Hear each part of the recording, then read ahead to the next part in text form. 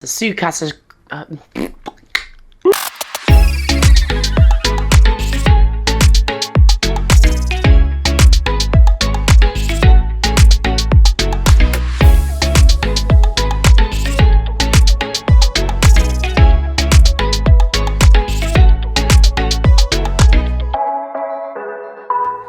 Hey there everybody, I hope you're doing well. This is my very first Q&A video, so it's very exciting. As you may also notice, I do have a bit of a throat cold, or sore throat I guess. Don't worry, nothing serious. It just came on, my temperature is good, all of my other vitals are absolutely fine. I've had it for a couple of days, but my temperature has never risen over 36.4, so there is no signs of it being the dreaded C. Anyway, on to better things. This first Q&A video will be to respond to some of the questions that my Patreons have kindly sent in. I'll be making quite a regular feature of doing these Q&A videos in the future, answering their questions that they post. This is just a handful of what they sent in, so look out for the second part very soon.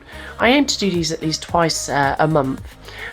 Also, I will actually be looking in the comments below, so if you have a question or just want to feedback on something I've said, make sure you just drop a comment down there, because I will be responding to at least one of you, so let's crack on. Okay, the first question comes from Keith at the Digital Orphanage. Now, he asked a great question. Why aren't there more English-speaking exporters of Japanese retro goodness? Now, that's a slight paraphrasing of his question, and obviously he referred to there are less technical barriers now. Absolutely true. Now, I'm just going to talk about my experience, or perhaps why I'm not doing it, and this may help us understand why there aren't other people doing it. So for me, the main barrier for me is not really about language anymore, although that certainly would have been the case when I first arrived here. I could barely understand what I was being asked at the convenience store or the konbini, let alone being able to say, I wish to post this item to the United States or to France or the UK, and I would like to fill in a customs form. That was well beyond me. You know, I'm only just about getting confident to the stage where I can say something like Kite no igirisu o kudasai kind of thing. So, which may even still be wrong, because I might have the igirisu no kite or kite no igirisu the wrong way around. But anyway, but you get my drift. The language barrier is not necessarily an issue for me now. I can get by. The main thing for me, why I'm not going down this path at the moment, is because of my visa. My work permit here allows me to essentially teach English in elementary and junior high schools, and occasionally in high schools. That's it. I am not allowed to technically undertake any other work in Japan.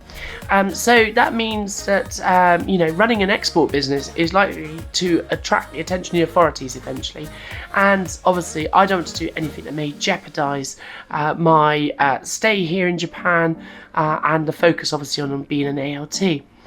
The other reason is also about tax, because inevitably if I turn over a certain amount of income, it will have an impact on my taxes. I don't know how that will impact my tax situation in the UK, how it will affect my tax situation in Japan, and all of that comes to naught regardless, because obviously the visa situation I've just described. So you may find that that is one of the reasons why people don't export as much. That said, I have often found quite a lot of games on ebay.co.uk, because obviously that's where I'm from, in the past, because I have imported Japanese games from Japan.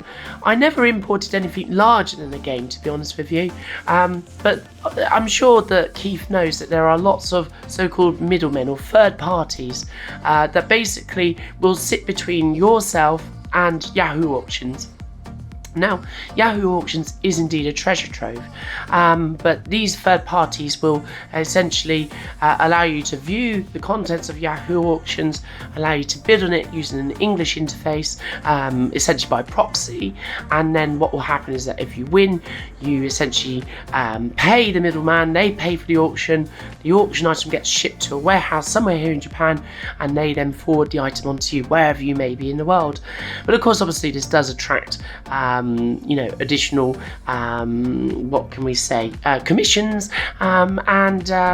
it does make that not as cheap as it could be, as say if you was here, or if you perhaps liaise directly with somebody who is willing to ship directly to you. But that is certainly one route to look into. But for me personally, it all revolves around my visa situation. I can't do anything that jeopardizes that. I may be able to send your item to a friend, which is just literally a straight transaction. There's no profiteering going on and so forth. But for me, it's just not worth the risk of endangering my visa. It may be something I'm able to do in the future once I understand the language a bit more. Maybe my work situation allows me to expand what I'm able to do.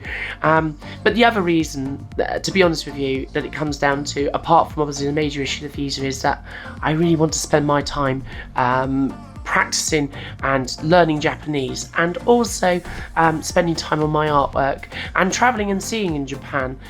There is so much to do here, and whilst I have more free time than I used to in the UK with my day job as an assistant English teacher, I still have to work pretty much 5 days a week. Sometimes I have to have training on Saturday, and that means that sometimes I have a one-day weekend. And to be frank with you, I didn't travel 5,500 miles to spend most of my time in the local branch of Hallmark or a similar store like that, buying packaging materials and shipping stuff around the world, because that's really not what I'm here to do at the moment. My main focus is enjoying Japan, learning Japanese, and improving and enjoying my artwork. So that's the main reason why I'm not doing it. But I can't speak for everybody, but I hope that gives you some insight anyway, Keith. Okay, so the next set of questions come from long-time Patreon supporter Phil Cobley. Thanks so much for your support, Phil. Now, I can't answer every single one of your questions in this video, but I will be answering all of them over the course of these Q&A videos, so just hang in there, Phil. So the first question I want to take from you, Phil, is, am I going to see the new Evangelion movie? Well, in short, yes, I will do. Now, it's no secret that I'm not the biggest fan of the rebuild movies, with their focus more on action and also various changes that they made to the story, the characters, and indeed new characters that for some reason doesn't gel with me. And the main reason why I feel that about the rebuilds is not because I think necessarily that the rebuilds are bad per se, but it's because I have a very special set of memories associated with watching the original TV run of Evangelion when I first bought it on DVD when ADV released it in the early 2000s, and just how precious those memories were. And even though it's a deeply flawed TV series, we don't need to mention episode 25 or 26. Oh, I did. But you get what I mean. And of course, obviously, we have the OVAs with Death and Rebirth and also the end of Evangelion. But the reason I will go and see it is twofold.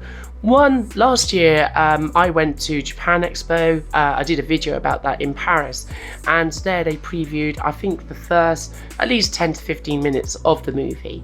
Now, I think that trailer or part of that is on YouTube, but it was good.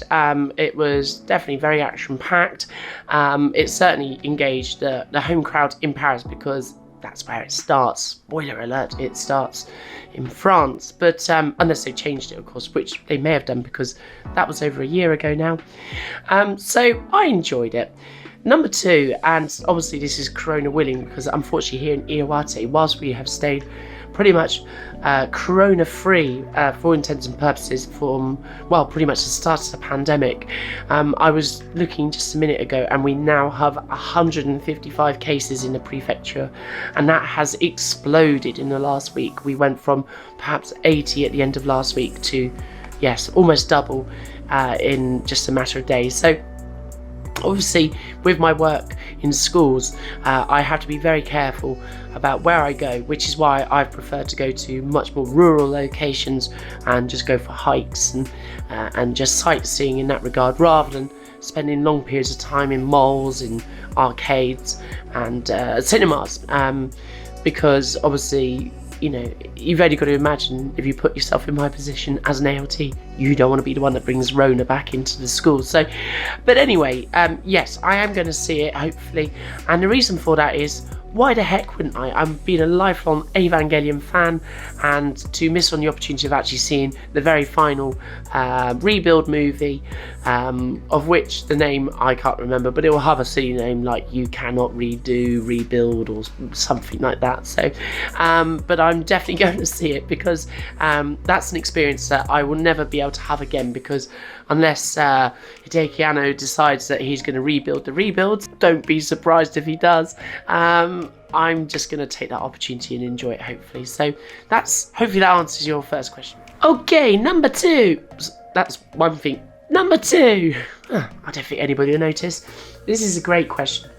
Of the ones I've visited so far, which has been my favourite retro video gaming store? Or video gaming store, I think it says here. No, it says retro gaming. So those of you who have watched the Moving to Japan video will know that I spent 2 hours or so in Akihabara in Tokyo, and whilst I enjoyed it, my main intention whilst I was in Tokyo was to enjoy a bit more than just wandering around in slightly dark shops looking at video games like this, for example. Now, I do enjoy doing that, obviously, but since then I have managed to visit quite a few other stores. Now, as I mentioned, I live in Iwate Prefecture, which is a very rural prefecture in the far north of Honshu in Japan. So it's a very unpopulated prefecture, and actually, in fact, it's the second biggest prefecture just below Hokkaido. So there isn't a vast amount of retro gaming stores immediately at hand. There is, I think, at least one Chuko, that's second-hand store in Miyako that does sell literally a handful of retro video games. We're talking about this many PS1 games, which will have the obligatory Gran Turismo 2, and maybe occasionally 2 or 3 Super Famicom games, all of which will usually be Prime Goal. So anybody who has been to Japan will know how much that comes up. So to enjoy any of that sort of retro video gaming stores, and that, I have to venture over to Morioka, which is the biggest city in Iwate, and also there are a few other stores in Oshu, which is just to the south of Morioka, and also Ichinoseki. There may be others that I don't know about yet, but essentially it's in Morioka that I have found my favourite retro video gaming store. Now, I've been to a few here, I've been to a few in Yamagata Prefecture recently, I have been to retro video gaming stores in Sendai, and also in Fukushima Prefecture, and likewise Akita Prefecture and Aomori. So I have got around quite a bit in the 8 months that I've been in Japan. But my number one retro video gaming store has to be Yorizuya in Morioka. Not only is it very interesting from a retro video gaming point of view, it's a store that has everything. It's like the ultimate Chuko, or Chukoya rather, so Chukoya being second-hand store. And I've found many a great thing in there in terms of video gaming. Their prices are pretty fair. Some of the stuff is just a little bit, edging onto the slightly expensive side, but the vast majority of it is very well priced, and there are some bargains in there too. Not quite book off bargain bin bargains, shall we say, but they are very good. They're nicely packaged, nicely presented, the stock all looks very clean, and they have the biggest Sega Saturn collection that I've yet to see in Japan. Now, it may be that there was a bigger collection of Sega Saturn, for example, in Super Potato in Akiba, but I didn't actually go up to that floor because I had other things to do in Japan, Tokyo rather.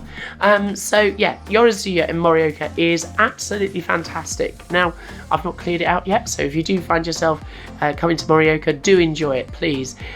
It's excellent.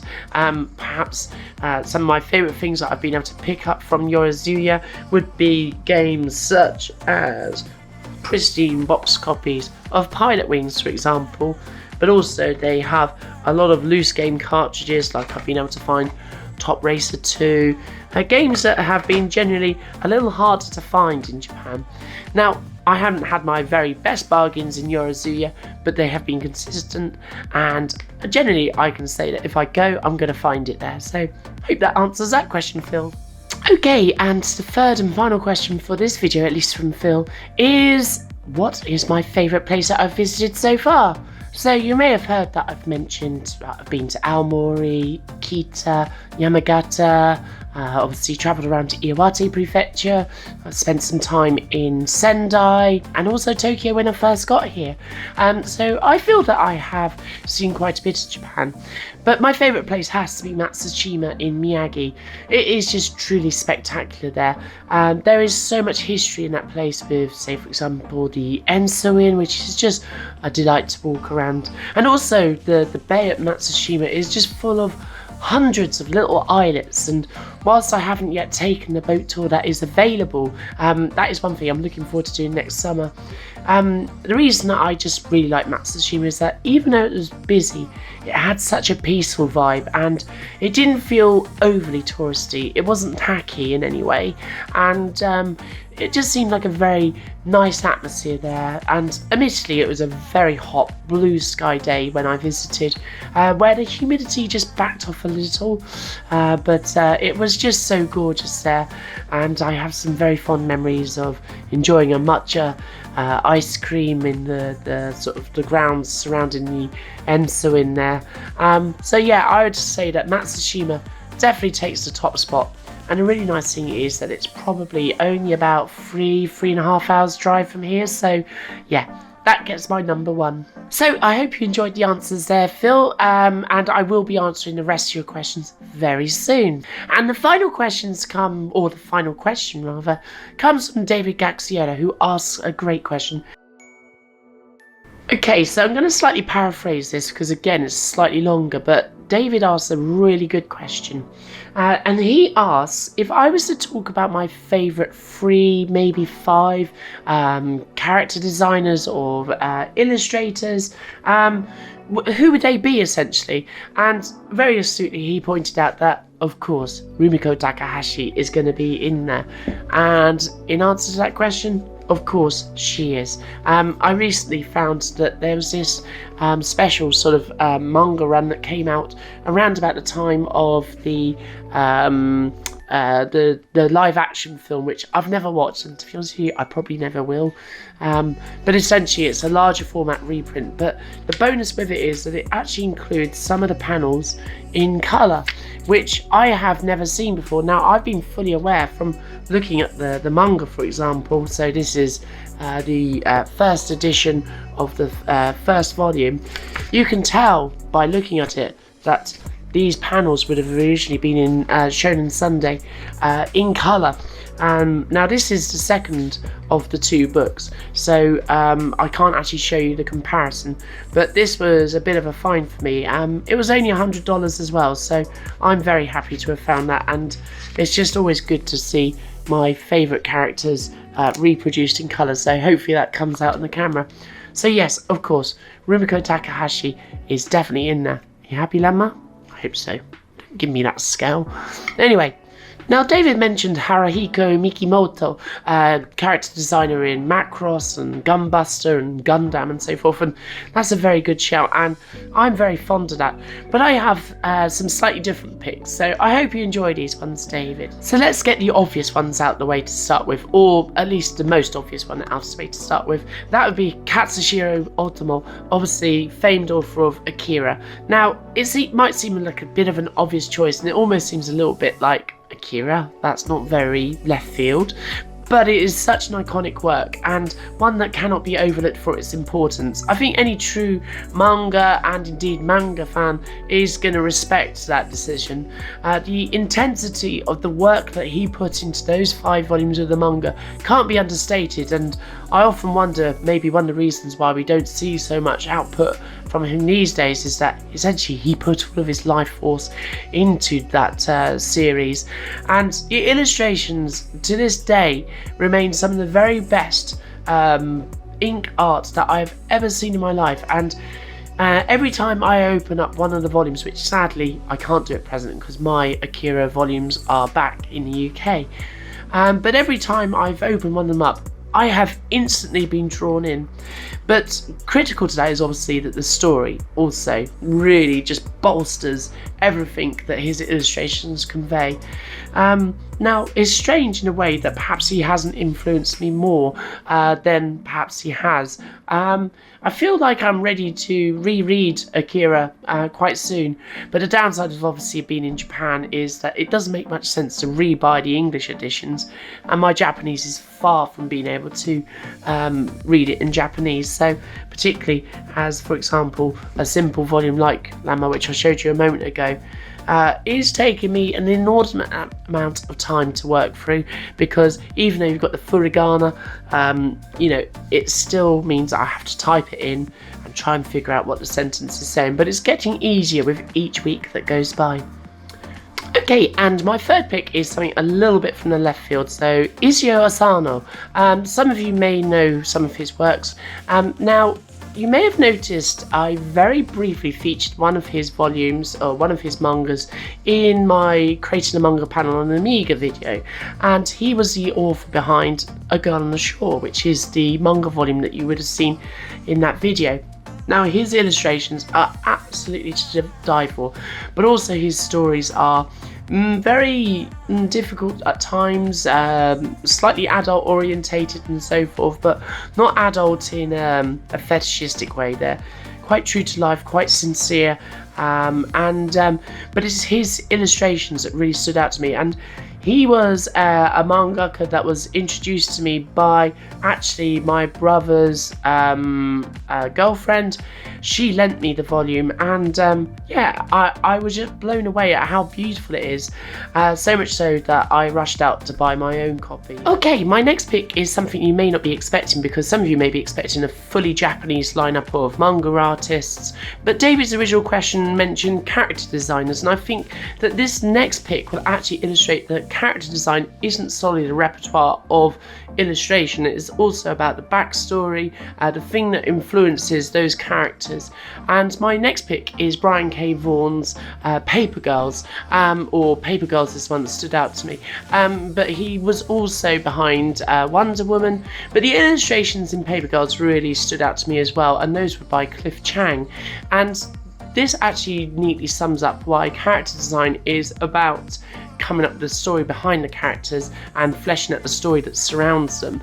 And in Paper Girls, it's such a uniquely grounded story about unlikely goings on in a fairly, what appears to be on the surface, suburban sort of situation, ostensibly set in the late 1980s, which immediately ticks some boxes for me. But I really think that you should take a look at it, because whilst some of you may be surprised that, as I say, that there is a Western writer, and obviously Chiang being American as well, that I would be interested in. But in fact, actually, a lot of my artwork has been influenced by Western cartoonists. For example, Jamie Hewlett. I remember seeing some of the Tank Girl stuff for the first time in the mid-90s, and I was just blown away. Coincidentally, Jamie Hewlett schooled in the town that I used to live in Worthing, but that's by the by. But I really honestly think you should check out Brian K. Vaughan's and Chiang's, because I think they deserve equal billing in my mind. Paper Girls, I think you'd really enjoy it. The illustrations are fantastic, but it's the story and the way that Brian K. Vaughan has fleshed out those characters that really spoke to me. And I think, as I said, I want to just underline that character design is all about the story that you surround your characters with, not just how they look on paper as well. So that would be my next pick. Okay, and my final pick for this video has to be Tsukasa Hojo, the iconic mangaka behind City Hunter. Now, for many people, when they think back to the 80s, they may have this slightly idealised picture of the 80s these days, particularly with the whole vaporwave thing and all of that. But if I wanted to describe two things in manga and anime that sort of encapsulated the 80s for me, the first one would be Bubblegum Crisis. I don't know what it is about it, it just captures that particular vibe for me. And two is City Hunter. It's basically an amazing set of stories, and obviously it's basically usual sort of kind of thing, cop trying to rid the streets of Tokyo of crime, but the illustrations are just superb.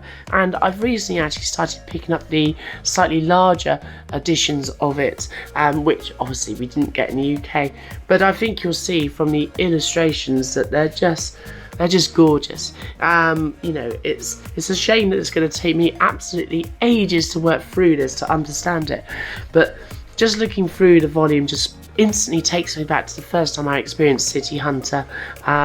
There's the occasional colour illustration even in this volume, but his style has been a big effect on me. I guess in a way I don't think it actually shows enough yet in my work, because I don't feel that I've actually been able to express perhaps some of the ideas in my head illustration wise for a very long time now. But of course, obviously all of that is changing, so I hope you found those some interesting picks, David. To be honest with you, favourite is a really difficult word for me. My favourites do generally change depending on when you ask me, so those are my 5 favourites now. Yes, Rumiko Takahashi will always be in there, but if you ask me next year, I might give you a different answer. I may have discovered somebody new, or I may have remembered somebody else who I've, terribly forgotten. But I hope you enjoyed those responses all the same. Okay, that pretty much wraps up this Q&A video, so a big thanks to Keith, Phil and David for your questions. And don't forget folks, check out Patreon if you want to find out how you can submit your own questions for me to answer in a future video, but also in the comments section below, what did you think of the video? Who is your favourite illustrator? What is your favourite retro video game install? Or a question sort of surrounding that, or maybe something completely different. I will be responding to at least one of those comments in the next episode of the Q&A. So I hope you found that interesting, and I guess that all remains for me to say is see you soon. Peace. So it's come to that part of the video where I mention that I'm on Patreon. From as little as $2 a month, you can get early access to content, exclusive artwork through the post, your name mentioned on videos, as well as tips that I don't publish to the public. You can find a link in the video description below. Your subscription to my channel will also help me ensure that I can bring the latest content here from Japan.